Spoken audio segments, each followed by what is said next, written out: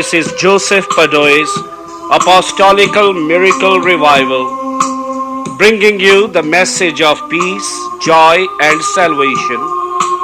Jesus Christ the same yesterday, today, and forever. Father, I pray for all those who are listening to this cassette. Righteous Father, let your Holy Spirit come upon each and every one of them. Lord, I ask you that you will help them, save them, deliver them from sickness, disease, and Satan.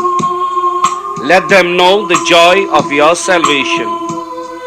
Oh Father, open their understanding that they may be able to understand your word. Bless them, Jesus. Blessing of Father, Son, and Holy Spirit be upon each and every one of you. In Jesus' name, amen.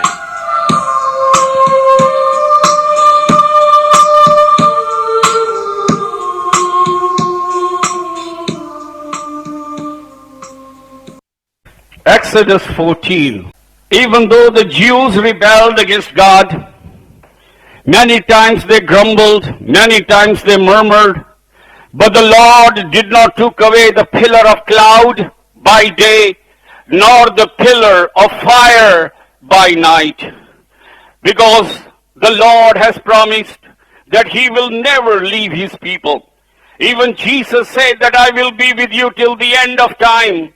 Now we read 14, and the Lord spake unto Moses, saying, Speak unto the children of Israel, that they turn and recamp before Penahiroth between Migdol and the sea, over against Baal-zephon before shall encamp by the sea. Pharaoh will say of the children of Israel, They are entangled in the land, and the wilderness hath shut them in. And I will harden Pharaoh's heart, and he shall follow after them. I will be honored upon Pharaoh, and upon all his low host, that the Egyptian may know I am the Lord. And they did so. So here, God said the Pharaoh's heart is going to be hardened. He will come after you, and he will think that you are trapped now because there is a Red Sea in front of them, and the wilderness, and he will come against you. But the Lord said that he is going to fight for Israel, that he will get this victory. Verse 5, And it was told the king of Egypt that the Pharaoh fled, and the heart of Pharaoh and of the servants was turned against the people. They said, Why have we done this, that we have let Israel go from serving us? And he made ready his chariot, took his people with him. And the servants and Pharaoh said, What foolish people we have been. We have let these Jews go. They were our servants. They were our slaves. They used to work for us in our fields. They were there to build our houses, to make the brick for the houses. Let us go and bring them back again. And that's exactly what happens. That when you come out of the hands of Satan, and you turn to Christ, and you believe on Jesus, be sure the devil will come after you. Devil will not let his people go that easy. But be sure if God is leading you, then though devil come after you, he can never win any battle. While you are on this earth, devil will always try to get you back to himself, make you sin, make your heart cold against God, turn you against God. He will try all the tricks in the book so he can get you back again. But one thing I know, and the Bible promises, that if you love God, if you really love him, the devil cannot have you. Yes, he will come. Yes, he will fight. Yes, he will chase, but he will not win. If our hearts are getting cold, and we don't love God, and that love has died, then we will fall a prey to Satan. Then he will take us out and away from the Lord Jesus Christ. And here, as the Egyptians saw that the Jews has gone out of their country, they made up their mind to bring them back. That's what devil does. He wants you to bring you back to himself. But let me tell you, you do not have to be afraid of the devil. It is true, he is strong. It is true he is an angel. It is true he is greater than man. But the person that is leading you, my friend, is not an angel. He is living God. He is more powerful than the angel. If you really love God, one thing I do know, the storms will come. You might waver here and there, but you cannot break that anchor. The Bible says we are anchored on Christ. And that anchor cannot be broken, and devil got no power and authority to break that anchor that we have with Jesus. The Bible says, who can separate us from the love of God? That if you really love God, he says, nothing, not even the angels. Not even the angels in heaven or angels in hell. It doesn't matter which angels they are. Even they haven't got power to break that love that is between you and Christ. He says, neither the depth, neither the heights, neither any principalities or powers, neither even death, he said. He said, there is nothing, my friend, that can separate you from Jesus if you love him. And the Bible promise is not a lie. I've seen that if you love Jesus, no matter how much in the dump you are, no matter what Satan has done to you, your God will come. He will lift you. He will strengthen you because he knows you love him. The problem is when you don't love him, then you can't expect Christ to come, my friend. Then the devil will have you or mislead you because there is no love in them. And that's what the devil said. Let's go and bring them back. Frighten them. They are trapped. They'll come back. But never knowing that it is the Lord their God that is leading them. It is the Lord their God that will fight for them. Verse 7, he took 600 chosen chariots and all the chariots of Egypt, the captain over every one of them. The Lord hardened the heart of Pharaoh, the king of Egypt. He pursued after the children of Israel. And the children of Israel went out with a high hand. It was God's great hand that was leading them. Yes, God let Pharaoh's heart be hardened to come after the Jews. By doing this, God was to show his great glory and deliverance, that how far God will go to save his people.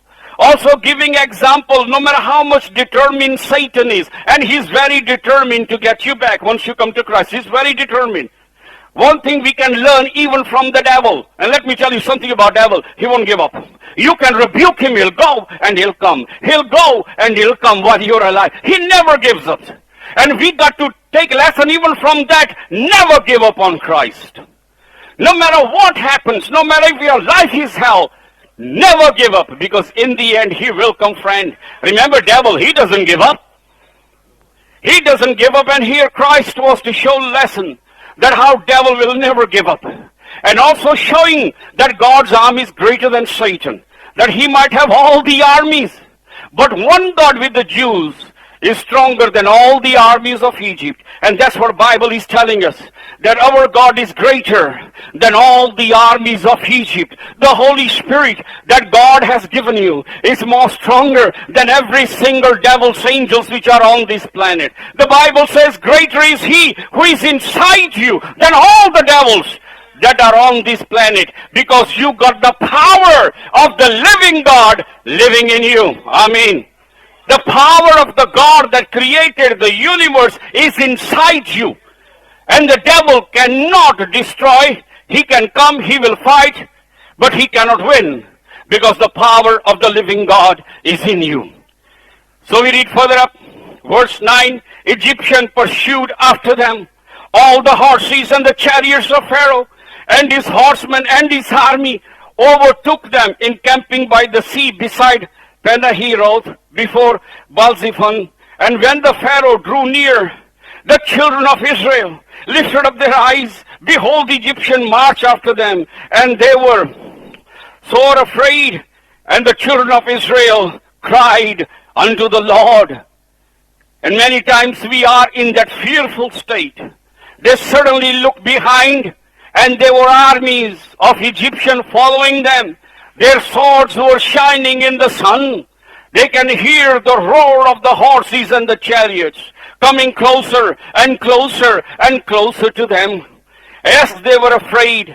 Yes, they were terrified. What can they do? They are trapped because Pharaoh is coming behind, and they cannot go forward because there is a Red Sea there. They got no boats that they can go on the ship or boat and cross that sea. They were completely trapped. It seemed there is not a way out. At that time, they were in terrible fear. And they said unto Moses, because there was no graves in Egypt, have you taken us away to die in the wilderness? Wherefore hast thou dealt with us to carry us forth out of Egypt? Is not this the word that we did tell thee in Egypt, saying, let us alone, that we may serve the Egyptian? For it had been better for us to serve the Egyptian than we should die in the wilderness. The very big mistake. The very big mistake we also make. When there was a fear, instead of going to God in prayer, asking God to help, they panicked and they started speaking against God. Oh God, why? Why did you let us here? Did you let us here to die? Wasn't there bread for us in Egypt? We would have lived in Egypt. We would have been happy in Egypt. Oh Moses, did not we told you before, we don't want to listen to you. They were mourning and they were complaining. That is the first mistake. If you remember, in the wilderness, many times they went without water and many times they went without food. You know, God done it purposely to teach them to thank God and to thank Him in every situation. But they never learned that. They only learned to talk against God and to grumble against God. Now here you see, God promised them deliverance. God showed so many signs in the land of Egypt. They saw the power of God. They tasted the power of the living God, and yet instead of praying to God, they started grumbling and complaining. And we are many times in that situation. When the trouble comes in our life, many times, when the trouble is so bad, we start, instead of kneeling down and saying, Lord, I'm in a mess. I cannot go. I am trapped. There is a death behind me and there is a death before me. But you can help me. You know God will come through. But we don't do that. We complain, oh Lord, why did you let this happen? You knew very well why did you allow it? Why this? Why? And we start speaking against God like they did. And St. Paul tells us, learn a lesson from the wilderness. That they murmured and they grumbled. Learn not to do that. See what happened to these. They lost salvation because they done that. That here Bible teaches, I don't care how bad trouble comes, how bad you are afraid, how bad you are terrified, even if your knees are knocking and your heart is failing and you're falling on the floor, don't grumble, just kneel down. Say, God, I need your help. Instead of saying, why this? Why this is happening? Why did you allow this? You know very well, God, this would have happened. Why this? And to make God more angry. And they did exactly the same. Instead of praying to God. And they saw this God's power. And they were without excuse. They were without excuse, and they saw God's great power, that God spared the firstborn of Jewish children and yet killed the Egyptian. They saw how God dealt with them when they were in Egypt. How God fought against the Pharaoh and sent those 10 curses, not on the Jews, on the Egyptian. And yet they did not thank God. When the fear came and when the troubles came, they started complaining against God. All of us must learn that, including me, no matter how bad things are. Don't panic. The Bible says in the Psalm, be still and know that I am God. God says, don't panic. Don't be afraid. Don't let your knees shake. Believe and know that I'm God. If I'm God, I can do anything. And that's what the Bible says in the Psalm very beautifully. Be still and know I am God. And God says to children, I know there's a trouble. I know you are shaking. I know you're afraid. Don't fear. I am God. I'm with you. I'll sort it out. Be still and know that I am God. And instead of that, they are complaining. Verse 13, Moses said to the people, fear not, stand still, and see the salvation of the Lord, which He will show to you today. Egyptian whom you have seen today, you shall see them no more forever. Moses is a man of faith. Moses, according to Bible, was most humble person on this earth. And Moses' trust in God is tremendous. There is one man encouraging the whole church. Whole church is dragging him down. No, Moses, we are dead. We're going to go back. You led us in wilderness to be killed. There is no comfort for Moses. Complain. Yet this man stood on his own. And Joshua, Caleb, and Aaron, they were faithful to God. And they prayed, said, don't be afraid. God will do miracles. You see this enemy, you ain't going to see them again. This is the last time you're looking at them.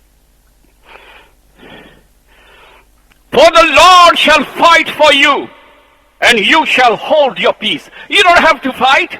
This is God's battle. God will fight that. There time comes you can't fight. And God knows when you can't fight. And when you can't fight, He'll fight. When we are weak, He is strong. When you can't do it, He will do it for you. And here He was going to fight for His people. And His people didn't have to fight. All they had to do is wait and see what God does. And the Lord said to Moses, wherefore criest thou unto me? Speak unto the people of Israel that they may go forward. Lift thou up thy rod, stretch out thy hand over the sea, and divide it, and the children of Israel shall go in dry ground through the midst of the sea. There is no way. There is the sea at the front. Pharaoh is behind, trapped in the middle. Two way, there is a death. They can't go back. Pharaoh is there. Can't go forward. The sea is there.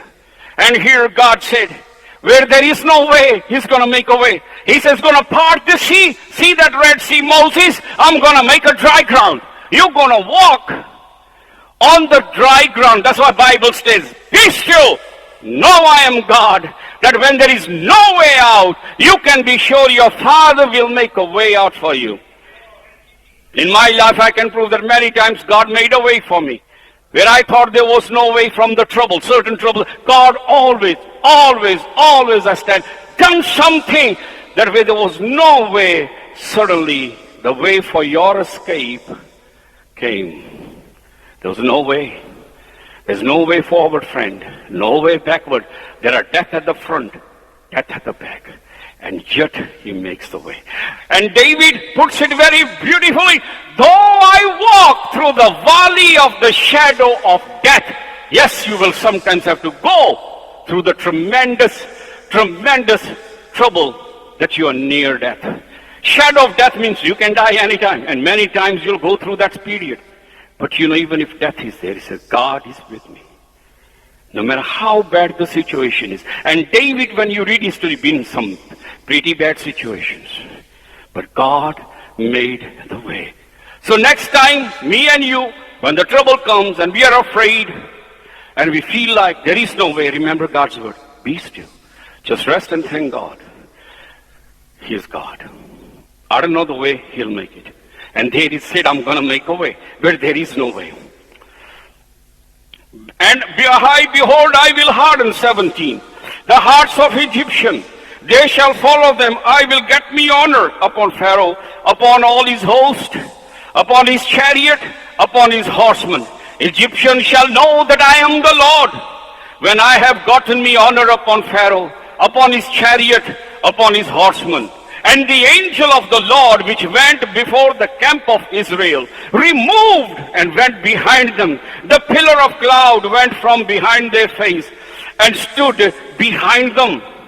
You see, they didn't have to fear. God was always going before them. There was a cloud of pillar in front of them, and also the pillar of fire in front of them. And the angel that was before them, that cloud of fire, and that came at the back. When God is standing there, no human power or even Satan can penetrate that wall that God builds. Devil can build a wall. God can knock it down. When God builds a wall, no devil can knock it down. And this pillar came and it stood behind the Jews. And now even if the Pharaoh comes, he can't penetrate that wall, that protection. And it came, verse 20, between the camp of Egyptian and the camp of Israel. Now listen, it was cloud and darkness to them. It gave light by night to these. So the one came not near, other all the night. God is great and mighty. The pillar comes behind the Jews and front of the Egyptian. But toward the Egyptian, it's darkness. That's what sin is. You are in that darkness. But you see, toward his people, there was this light. So this one angel gave light to the people, but the darkness to Pharaoh. And the Pharaoh could not penetrate that darkness. And as for the Jews, they had a light. They can see everything. When you God's people, darkness will not surround you. Because your God is not a darkness. He is light. He says, I am the light of the world. Moses stretched out his hand, verse 21, over the sea, and the Lord caused the sea to go back by the strong east wind. All that night made the sea dry land, and the waters were divided. God is able to use natural forces and powers that God has created. How did God parted the Red Sea? He could have used his supernatural power. No, he didn't. He used the power of the wind. He brought the east wind with such a force that it separated the water. If God wants to destroy Sodom and Gomorrah, he don't always have to send the fire. He can just make the earth shake bit underneath, and all the buildings will fall. He can use the natural forces to bring destruction. And also he can use natural forces to bring salvation. And here God brought the wind, not his spirit, but the wind, and the power of that wind was so force of that wind, it divided the sea. And the children of Israel went into the midst of the sea upon the dry ground, and the waters were a wall upon them on their right hand, on their left. The Egyptian pursued, went in after them into the midst of the sea.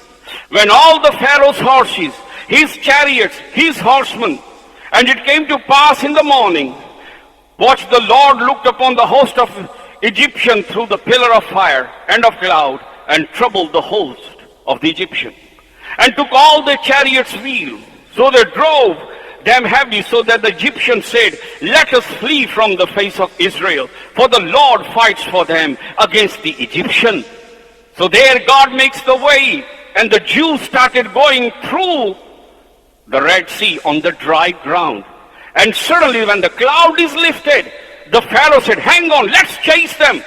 And you know, God started pulling their tires. He just started pulling the chariot wheels off their wheels to slow them down. Devil will not come that close to finish you. Even if God has to remove the chariot wheels to slow them, he'll come near, but not close to destroy you. Remember, devil will never destroy you. He'll come near, but he will not destroy you. They came near, and as they were getting too close, God started taking the wheels of their chariots, so they won't go very fast after them, to slow them.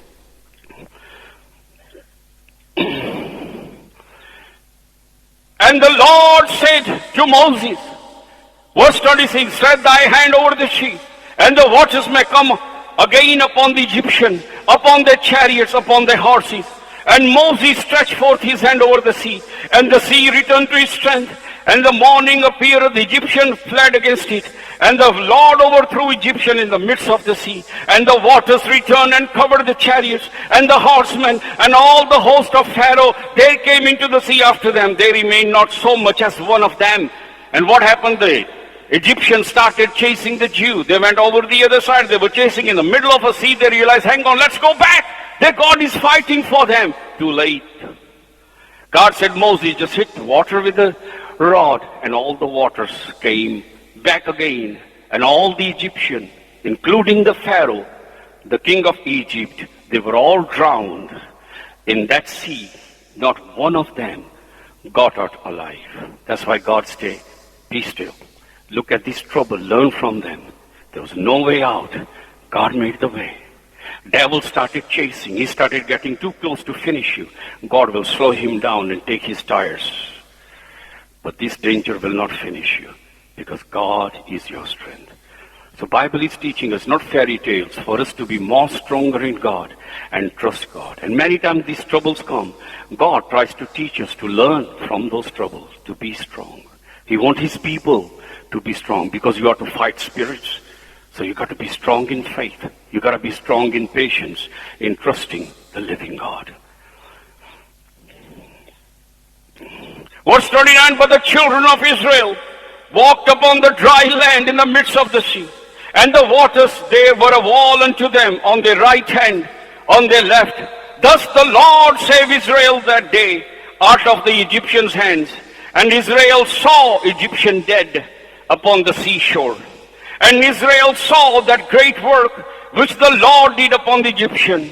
And the people feared God and believed. And the Lord and his servant Moses, they were afraid, they believed God. But you see that believing God did not profit them, because later on they are losing that faith again in God, complaining again and again. They did never learn a lesson of trusting God. The Bible gives us the warning over and over again, as we are living in the latter days, where the people are full of unbelief, that his church got to be strong.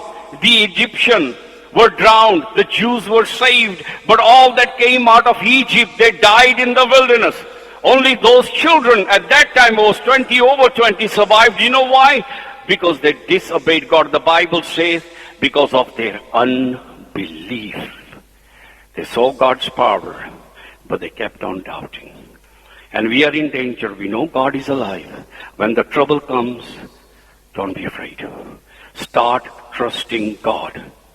Because the Bible says, just shall live by faith. You got to have that faith. You got to have that trust in the living God. You cannot afford not to have trust, no matter how bad things are. And I've seen in many people's life, and many sitting here will bear witness, their situation went from bad to worse. And then suddenly it reversed and went okay. All right.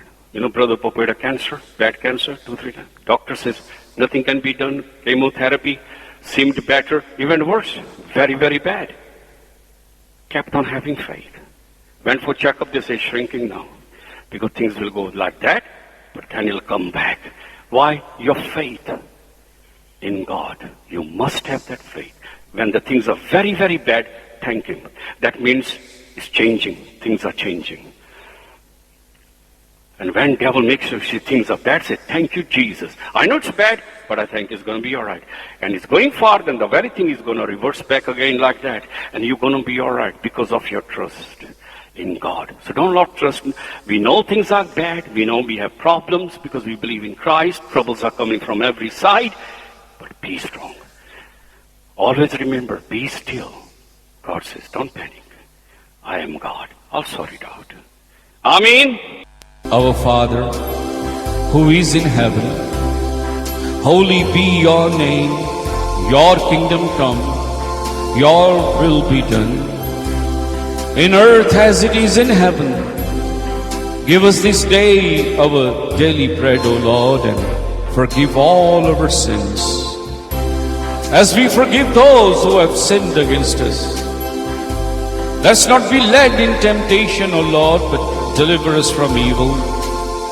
For yours is the kingdom, the power, and glory, through Jesus our Lord. May the blessing of Jehovah, His Son Jesus Christ, the power of the Holy Spirit be on you. May God of Israel make His face to shine on you. May the Lord bless you. In Jesus' name.